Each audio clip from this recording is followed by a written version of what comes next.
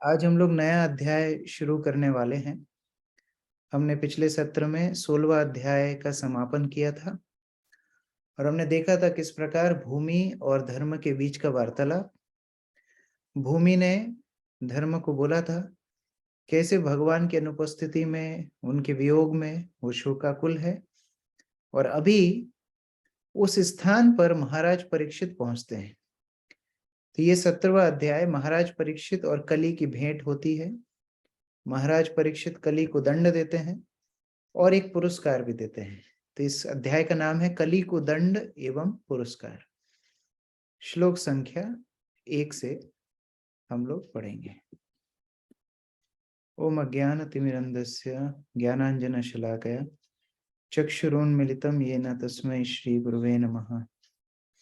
नमः ओम विष्णुपदाय कृष्णपृष्ठाय भूतले श्रीमते भक्तिवेदांत स्वामिनिति नामिने। नमस्ते सरस्वती देवे गौरवाणी प्रचारणे निर्विशेष शून्यवादी पाश्चात्य देश तारणे। श्री कृष्ण चैतन्य प्रभु नित्यानंद श्री अद्वैत गदाधर शिवासदि गौर भक्त वृंद। हरे कृष्ण कृष्ण कृष्ण हरे हरे, हरे राम राम राम हरे हरे। सूत उवाच तत्र गोमिथुनं राजा हन्यमानमनाथवत् दंडहस्तं च वृषलं ददृशे नृपलंचनम। आशीष प्रभु पढ़िए। हरे कृष्ण प्रभु जी, दंडवत प्रणाम। सूत गोस्वामी ने कहा, उस स्थान पर पहुंचकर महाराज परीक्षित ने देखा कि एक नीच जाति का शूद्र राजा का वेश बनाए एक गाय तथा एक बैल को लठ से पीट रहा था, मानो उनका कोई स्वामी ना हो। हरे कृष्ण प्रभु जी। तो हमने पिछले अध्याय में भी पढ़ा था कली किस प्रकार के रूप में था। कली एक शूद्र प्रवृत्ति का है, लेकिन राजा के वेश में वहां पर खड़ा हुआ था और वह उस गाय और बैल जो दोनों बात कर रहे थे उनको एक लठ से मार रहा था। तो बड़ी दर्दनाक परिस्थिति में परीक्षित महाराज वहां पर पहुंचे। मुकुल प्रभु पढ़िए तात्पर्य। हरे कृष्णा प्रभु।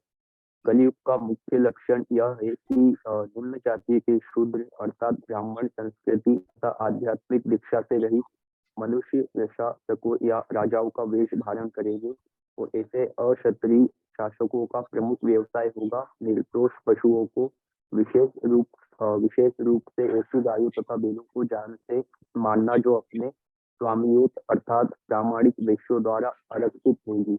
भगवद गीता 28.44 में कहा गया है कि वैश्यों का कार्य कृषि, गोरक्षा तथा व्यापार से संबंधित है। कलयुग में पतित वैश्य गायों को कसाई घरों में पहुंचाने में लगे रहते हैं। क्षत्रियों का कार्य राज्य के नागरिकों की रक्षा करना है, जबकि वैश्य गायों तथा बैलों की रक्षा करने तथा उन्हें अन्न तथा दूध उत्पादन में उपयोग करने के लिए होते हैं। गाय दूध देने तथा बैल अन्न उत्पादन करने के लिए होता है। लेकिन कलयुग में शूद्र जाति के लोग प्रशासक पदों पर है और अपने और माता एवं पिता तुल्य गाय तथा बैल है। वैश्यों के द्वारा सुरक्षित न होने के कारण शूद्र प्रशासकों द्वारा संचालित कसाई घरों में भेज दिए जाते हैं। तो यहाँ पर बताया जा रहा है कलयुग का जो बहुत ही क्रूरतापूर्ण लक्षण है वह है कि जो तथाकथित प्रशासक होंगे वह धर्म रूपी बैल और पृथ्वी रूपी गाय को बड़ा ही प्रताड़ित करेंगे। उनकी प्रवृत्तियां शूद्र की होंगी, लेकिन वो क्षत्रिय के काम कर रहे होंगे। ये कली का बड़ा ही क्रूरतापूर्ण लक्षण है। वृषमृणाल धवलम मेहंतम एव भिव्यतम वेपमाणं पदैकेन सिद्धांतम सूत्रताडितम। रंजना माता जी पढ़िए। हरे कृष्ण प्रभु जी, दंडवत प्रणाम। बैल इतना धवल था कि जैसे श्वेत कमल पुष्प हो। वह उस शूद्र से अत्यधिक भयभीत था जो उसे मार रहा था। वह इतना डरा हुआ था कि एक ही पैर पर खड़ा थरथरा रहा था और पेशाब कर रहा था। हरे कृष्ण। तो कली ने धर्म की क्या परिस्थिति की एक दृष्टांत रूप से समझा रहे हैं सूत गोस्वामी कि बैल के रूप में जो खड़ा हुआ धर्म है, एक पैर पर खड़ा है, 3 पैर जिसके तोड़ दिए गए हैं, और उस एक पैर पे खड़े हुए बैल को भी पीटा जा रहा है इस कली के द्वारा, और इतना बैल कांप रहा है, इतना पीड़ा उसको हो रही है, उसकी पेशाब निकल रही है। ऐसी परिस्थिति में परीक्षित महाराज ने देखा। तो कलयुग का दूसरा लक्षण, पहला लक्षण क्या बताया है? पहला लक्षण शूद्र प्रवृत्ति के लोग राजा बनेंगे, और दूसरा लक्षण कैसे धर्म के नियमों का खंडन होगा, इस श्लोक में बताया जा रहा है। अजय प्रभु पढ़िए तात्पर्य। हरे कृष्णा प्रभु जी, धन्यवाद प्रणाम। कलयुग का दूसरा लक्षण यह है कि धर्म के नियम जो श्वेत कमल के समान निष्कलुष तथा श्वेत है, उन पर इस युग के असंस्कृत शूद्र जनों का आक्रमण होगा। भले ही वे ब्राह्मण या क्षत्रिय पूर्वजों की संतान हो, लेकिन समुचित शिक्षा तथा वैदिक शास्त्र की संस्कृति के अभाव में ऐसे शूद्र तुल्य मनुष्य धार्मिक नियमों की अवहेलना करेंगे, और धार्मिक प्रवृत्ति के व्यक्ति ऐसे मनुष्यों से भयभीत रहेंगे। वे अपने आप को किसी भी धर्म के अनुयायी न होने की घोषणा करेंगे, और कलयुग में धर्म रूपी निर्मल बेल को ही मारने हेतु अनेक वाद तथा संप्रदाय उत्पन्न होंगे। राज सत्ता को धर्म निरपेक्ष अर्थात किसी विशेष धार्मिक सिद्धांत से रहित घोषित किया जाएगा। फलस्वरूप धर्म के प्रति पूरी उपेक्षा बढ़ती जाएगी। नागरिक मनमाना कर्म करने हेतु स्वतंत्र होंगे, और वे साधु शास्त्र तथा गुरु का सम्मान नहीं करेंगे। एक पांव पर खड़ा बैल इस बात का संकेत है कि धर्म के नियम क्रमशः विलुप्त हो रहे हैं। धार्मिक नियमों का आंशिक अस्तित्व भी अनेक अवरोधों से संशयपूर्ण रहेगा, मानो वो किसी समय लड़खड़ाकर गिरने वाला है। हरे कृष्णा प्रभु। कलयुग का दूसरा लक्षण, किस प्रकार धर्म निरपेक्ष राज्य की गणना होगी, किस प्रकार धर्म के नियमों का खंडन किया जाएगा, और ऐसे लड़खड़ाते हुए धर्म को कली पूर्ण रूप से पतित करना चाहता है, और वही प्रयास कलयुग का दूसरा लक्षण है। आगे अगला लक्षण बता रहे हैं क्या है। गाम च धर्म दुग्धम दीनम भृशम शूद्र पदाहताम विवत्सान अश्रुवदनाम क्षमाम यावसामिच्छतिम। राकेश प्रभु पढ़िए।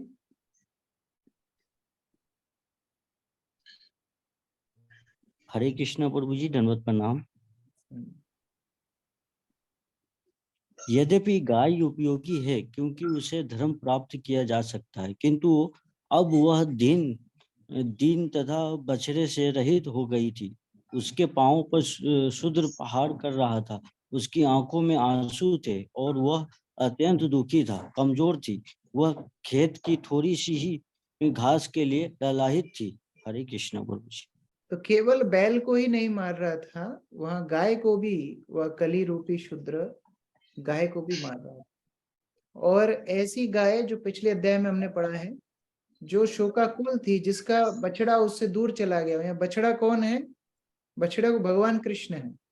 भगवान कृष्ण क्योंकि धरती से चले गए हैं, तो जिस प्रकार बछड़ा अगर दूध गाय से दूर चला जाए तो गाय कैसी शोकाकुल हो जाती है, उसी प्रकार से भगवान कृष्ण के वियोग में तो पहले से ही शोक में डूबी थी धरती, और इस धरती को जो गाय के रूप में खड़ी है, वह शूद्र और प्रताड़ित कर रहा है अपनी मार से। तात्पर्य सुमन माता जी पढ़िए तात्पर्य। हरे कृष्णा प्रभु जी, धन्यवाद प्रणाम। तात्पर्य श्रीपाद प्रभुपाद द्वारा, श्रीपाद प्रभुपाद की जय। कली का अगला लक्षण है गाय की दुखी अवस्था। गाय को दुहने का अर्थ है द्रव्य रूप में धर्म प्राप्त करना। बड़े बड़े ऋषि मुनि मात्र दुग्धाहार करते थे। श्रील सुखदेव गोस्वामी गृहस्थ के यहाँ तब जाते जब वह गाय दूहता होता और वे अपने निर्वाह पर के लिए उससे थोड़ा दूध लेते। यहाँ तक कि 50 वर्ष पूर्व तक लोग साधु को 1 गिलास दूध दिए बिना नहीं रहते थे। प्रत्येक गृहस्थ जल की तरह दूध देता था।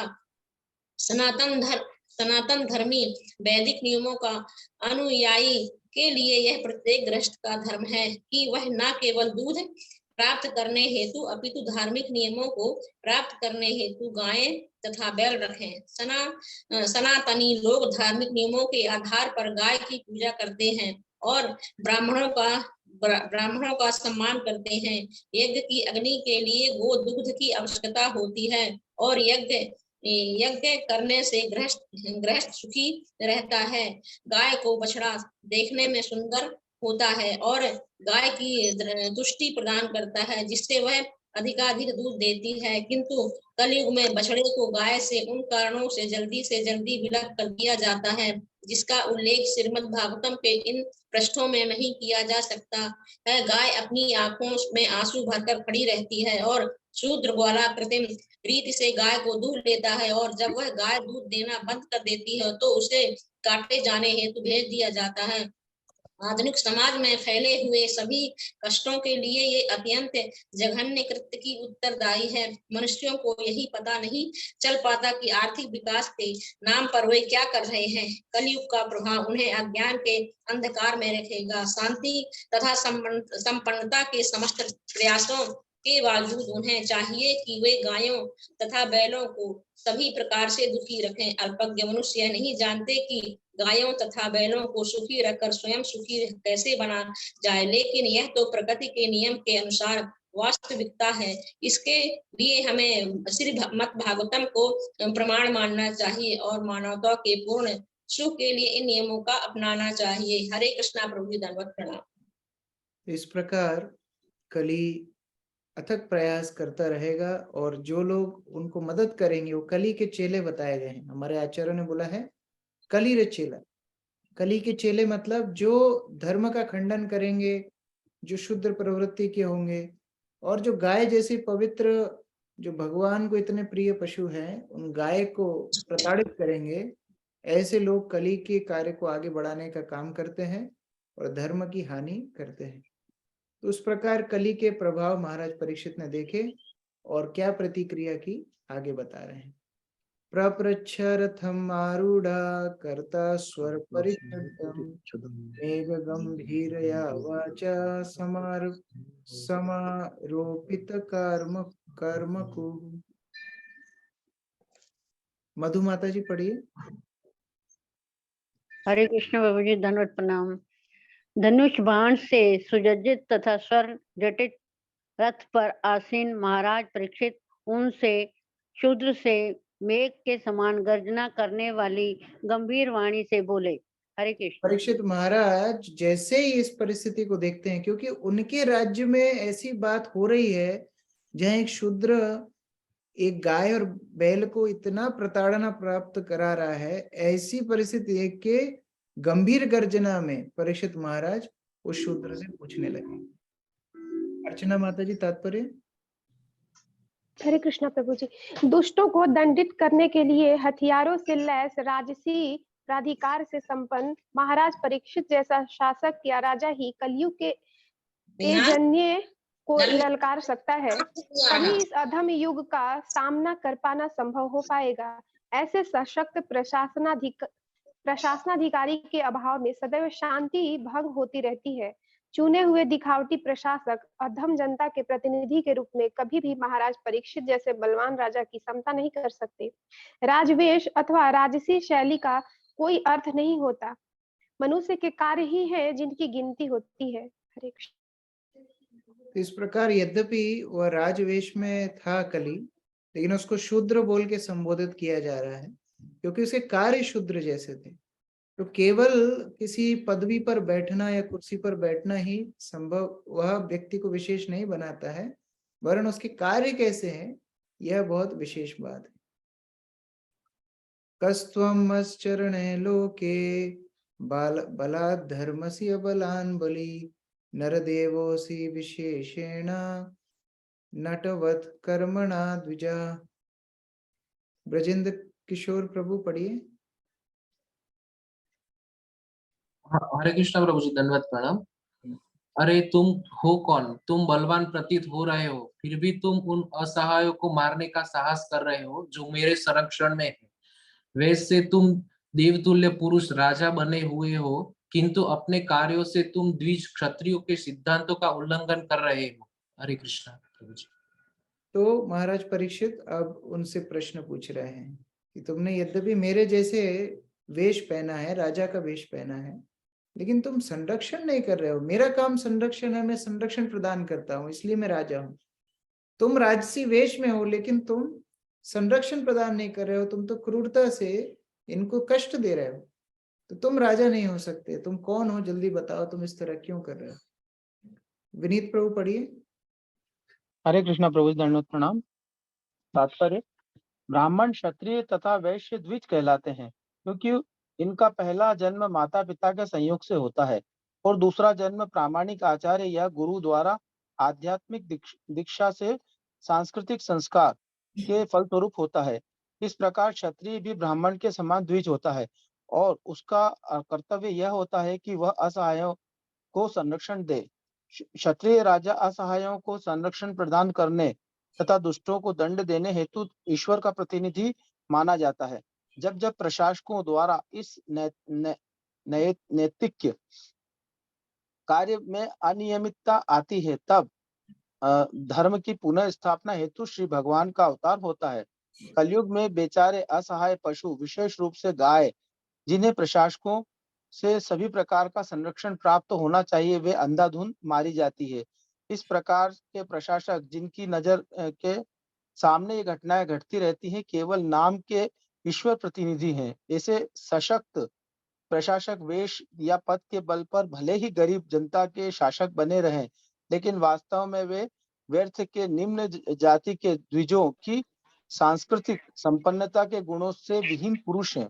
निम्न जाति के एक जन्मा असंस्कृत व्यक्तियों के से न्याय या समता की आशा करना व्यर्थ है। अतएव राज्य के कुशासन के कारण कलयुग में प्रत्येक व्यक्ति दुखी रहता है। आधुनिक मानव समाज द्विज नहीं है। अतएव ऐसी प्रजा द्वारा प्रजा की सरकार को द्विज नहीं है।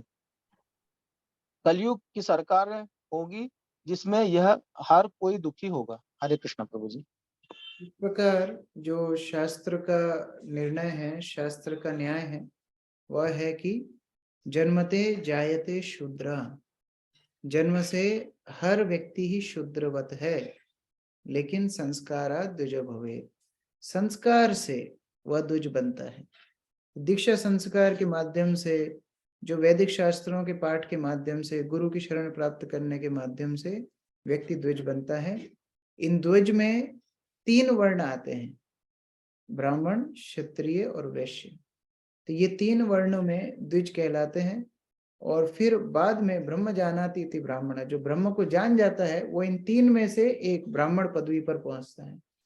तो ये गुणों के आधार पर, संस्कारों के आधार पर गणना होती है। लेकिन यहाँ यद्यपि उसने वेश राजा का पहना था, क्षत्रिय का पहना था, लेकिन कली कार्य क्या कर रहा था?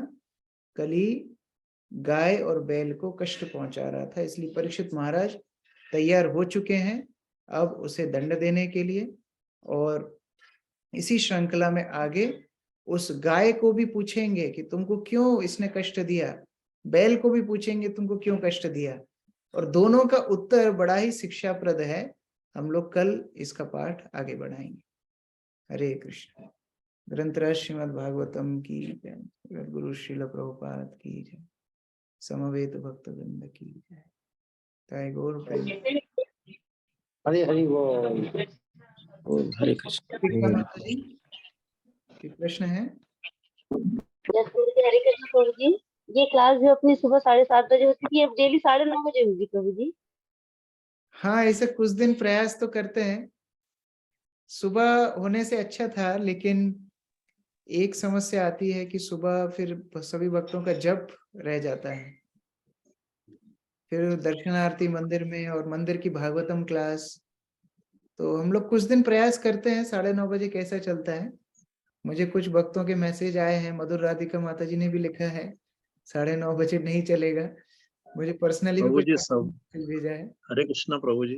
प्रभु जी प्रभु सुबह जी से वो अच्छा पहले रहता वाला है। टाइम बेस्ट है, सबसे अच्छा प्रभु जी। हरे कृष्णा बेटा जी प्रभु जी।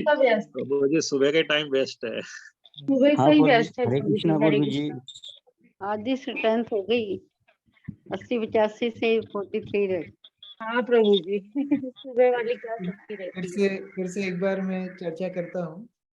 हरे कृष्णा प्रभु जी। हाँ प्रभु जी। प्रभु जी सुबह एकाग्रता रहती है, इस समय एकाग्रता नहीं रहती, तो घर में हाँ। सभी लोग काम धंधे में सो रहते हैं। समय सबको फोन आएगा, सबके घर में काम करने वाले आ जाएंगे, कोई खाना मांगेगा, कोई पानी मांगेगा। यही है ना। हाँ प्रभु जी लेट में ही प्रॉब्लम आएगी प्रभु जी, सवेरे सब। मैं एक बार और महाराज से चर्चा करता हूँ। श्री श्रीमद भक्ति प्रेम महाराज ने सजेशन दिया था, मैं एक बार और महाराज से चर्चा करता हूँ, फिर हम लोग टाइम रिवाइज करेंगे। ठीक है जी प्रभु जी। इसको 7:30 कर सकते हैं, 7:30 8, 9:30 तो प्रभु जी बहुत ज्यादा टाइम हो जाएगा। प्रभु जी और आलसी हो जाएंगे सब। रहा सवाल माला का, तो माला तो बढ़ प्रभु जाएगा, जी देर से उठने लगे प्रभु जी, कुछ नहीं होगा इसके अलावा। प्रभु जी 8 बजे तक माला तो हो 8 बजे का भी टाइम बहुत अच्छा है। 8 बजे की प्रभु जी टाइम 7:30 बजे से भी कर सकते हैं ना। 7:30 बजे मंदिर में दर्शनार्थी और गुरु पूजा होती है। 8 बजे जी। भागवतम क्लास होती है। हमको भी तो पेट्रोल भरना पड़ेगा, नहीं तो फिर हम देंगे। तो ठीक है, मैं एक बार चर्चा करता हूँ महाराज से, फिर हम लोग। प्रभु जी हरे कृष्णा। प्रभु जी दंडवत प्रणाम। हरे कृष्ण। प्रभु जी हमारे लिए तो 8:30 का टाइम बेस्ट है, क्योंकि हम तब तक मंदिर से भी फ्री हो जाते हैं, तो हम आराम से अटेंड कर सकते हैं। एक्चुअली यही बात है, जो लोग मंदिर जाते हैं ना सुबह, उनके लिए ये टाइम ठीक है, क्योंकि जो मंदिर का हैबिट जिनको है ना, मंगला आरती सब भक्तों के साथ जप करना, भागवत क्लास अटेंड करना, उनके लिए टाइम ठीक है। लेकिन जो मंदिर नहीं जा पाते हैं उनके लिए थोड़ी सी मुश्किल है। हाँ प्रभु जी 9:30 की जगह 8:30 कर सकते हैं, वो इतना लेट भी नहीं रहेगा और शायद हो जाए।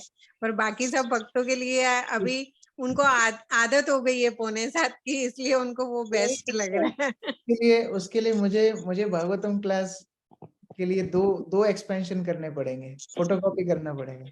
एक भागवतम क्लास और एक इधर। महाराज से चर्चा करके फिर हम लोग डिसाइड करेंगे। हरे कृष्णा प्रभु जी दंडवत प्रणाम। प्रणाम। प्रभु जी दंडवत प्रणाम। हरे कृष्ण प्रभु जी दंडवत प्रणाम। प्रणाम। हरे कृष्ण। हरे कृष्ण प्रभु जी दंडवत